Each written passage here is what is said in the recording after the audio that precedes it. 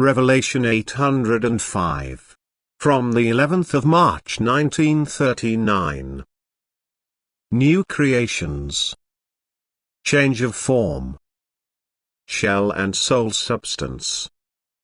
It is a law from eternity that in all creatures the Spirit from God embodies himself, for therefore nothing exists what does not hold in itself the divine spark, and therefore the whole universe with all creations is Spirit out of God and can therefore also not be transient. Why also a perpetual new arising in nature is the same law which is comprehensively clarified with the imperishability of all spiritual which animates nature.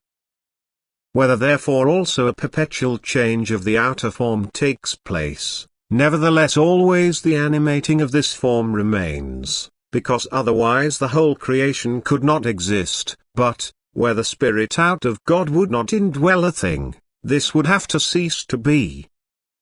Indisputably also the Spirit of God is at work there, so new formations of all kinds make themselves visible. Where, so to speak, from a nothingness the most marvelous new creations arise, which are, however, already conditioned in themselves and spring from an old form which is apparently close to the dying. One can observe this in nature constantly, that all change of form always occurs when everything existing is already in a state which visibly shows a dying off. And from this perishing, everything coming to life, is born. The awakening to new life always results in the slow death of the old, and therefore this is already a proof that the spiritual power only leaves the outer cover to take its course in a new cover, and this mostly in a completely different form, so that a permanent higher development of the spiritual entity is connected with it, and so the outer form only serves this purpose. The state of maturity of the being is already recognizable by the nature of the form. For the tinier the outer form is, the more undeveloped is also the soul substance animating it. Again, innumerable of such soul particles unite in larger living beings and strive so together upwards.